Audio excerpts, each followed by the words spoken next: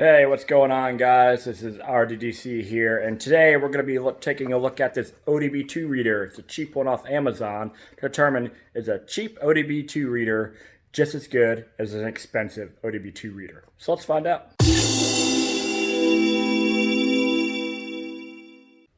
Okay, so first let's take a look at the contents and the build quality and what's in the package. So first off, you can see the model number is YA201 ODB2 Enhanced Code Scanner. So let's open this up. And looks like it comes in this little bag here. All right. The brand on it is EDIAG. I think that's how it says. It comes with, looks like a little, 2-inch by 2-inch screen or 2-inch by 1.5-inch screen. A little screen protector right here. Let's take that off. Actually, we'll just keep that on there. And then it comes with instruction manual.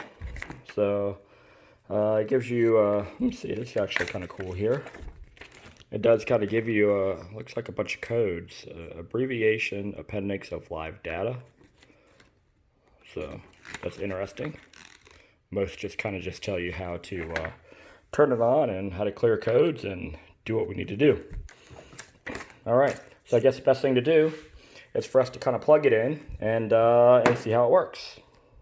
The point of this is let's see how easy this is to use. I have not read the instructions, but let's just plug it in and see what happens. So here's our ODB2 port down here. All right, screen comes up, so we know it works. And then we have Diagnostics, DTC lookup, battery, and settings. So let's do Diagnostics. Now I do know, even though you see my car here, there is no check engine light, but I do know that there is a hard-coded Servotronic error that I have in my car, and I believe that's from the Servotronic motor being unplugged to the steering column. But let's just take a look here. Okay, it's looking for the information. It takes a couple seconds. And these should be easy to use. There should be no reason why you should have to read any manuals and stuff like that and spend an hour, going over things. They should just be easy to use. So right here, protocols detecting. You can see how long this has taken. Just a few seconds, not a big deal.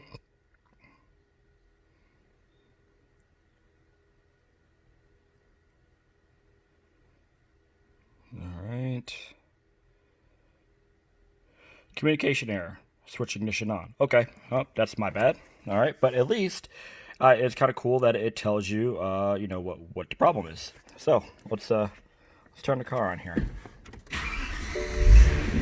Let me open up my garage door here so I don't die of CO2 poisoning. All right, turn this AC down here. Okay. So now I guess we'll go back and try this again. Oh, that's super quick that time, I guess, when you actually turn the car on. All right, but again, you see we have no check engine lights. Yes, I have the little yield sign down there, or a little caution. That's because I need to add oil.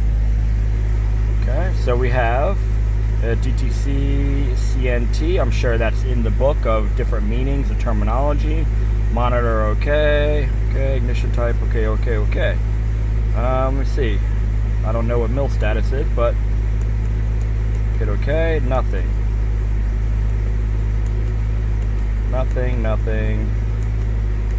Okay, ignition type spark. Okay, not quite sure what this does. Okay, ECM, okay.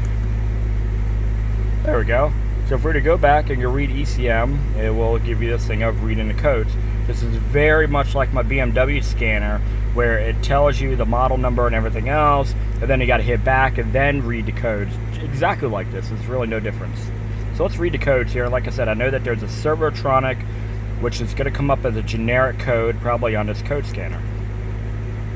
See, so this is a stored code. No codes are in the module, okay? Let's see. Pending codes.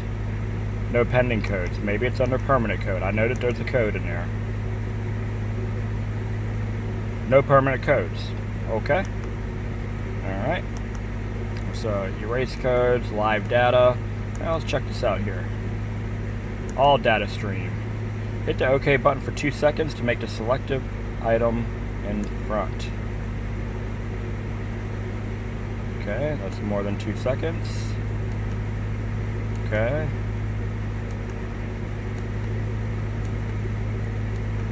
It's actually not that bad. It's kind of cool.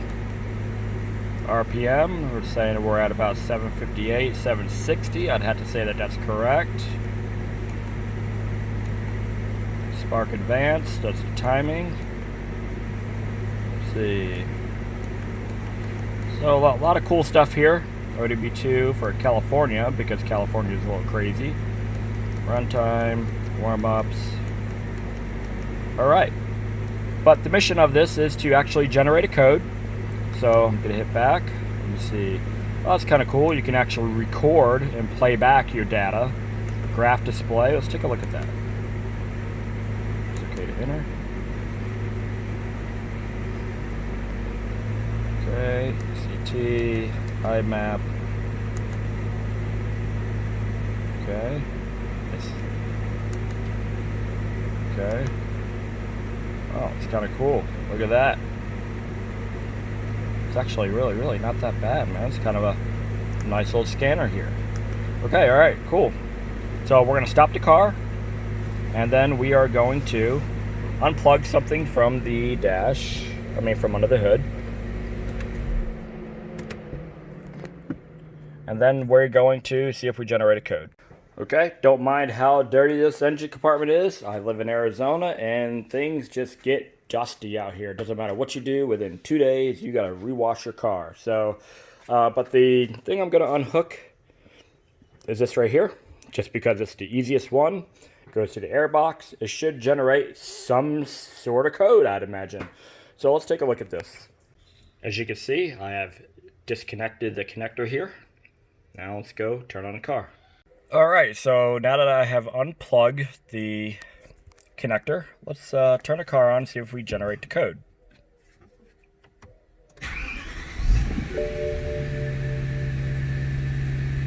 And right there, service engine soon just popped up. Okay, so let's go back to our code reader here, and let's read the codes, see what we got. Let's see, stored codes.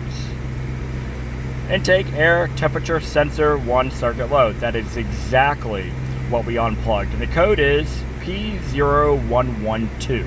It's kind of cool that it actually tells you what it is, like a good description of it, instead of just giving you P0112 like a lot of generic code readers actually do. Then you got to go on the internet and you got to look at it, and it's just a bunch of hoopla. This gives you really good description. I like it. All right. Any pending codes, same one like we just saw here, and permanent codes, and should not pop up anything. Here we go.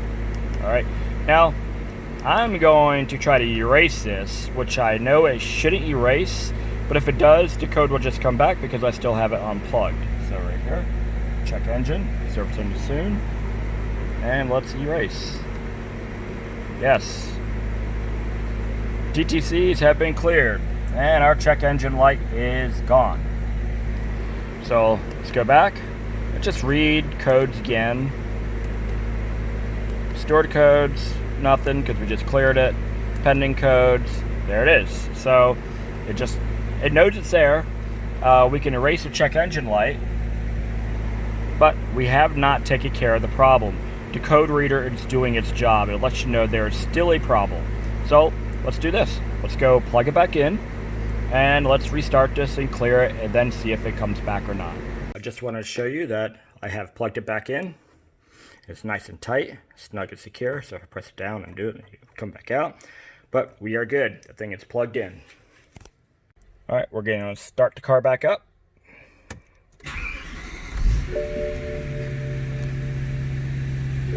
And we can instantly see that the check engine light is not on. Alright, let's go back here to our code reader. Let's read our codes, and remember we had a stored code in there. or a pending code, sorry. So no stored codes, pending code, right there, right? Because we need to actually clear it. Permanent codes should be nothing. All right, now that's great.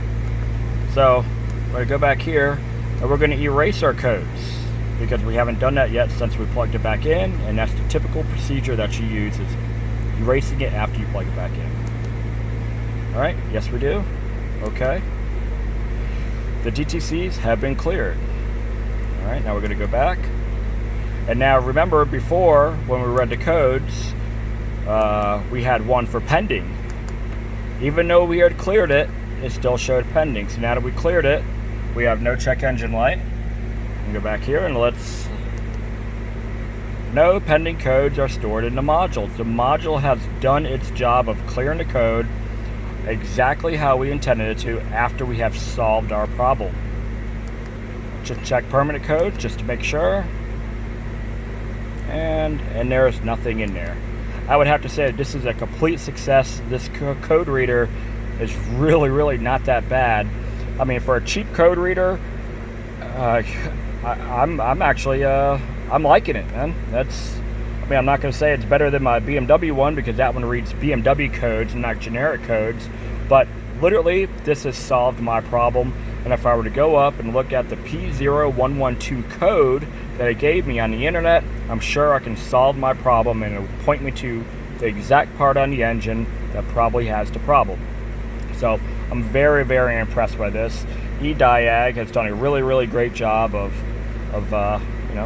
making a cheap ODB2 scanner. Oh look, we have a USB port right here.